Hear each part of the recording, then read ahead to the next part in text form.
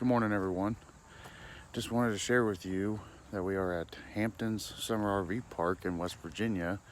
This little gym we found off of I-64 heading eastbound. Just wanted to give you a good look at what we're seeing here. It's a good place to stay, about 27 sites, and very well worth a overnight stay. Just take a good look here,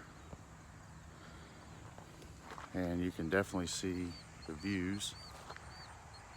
Well worth it. And behind me you can see campers. Like I said, they got about 27 sites. It's a good place to stay just for overnight, maybe a couple days, but very well kept, very well maintained.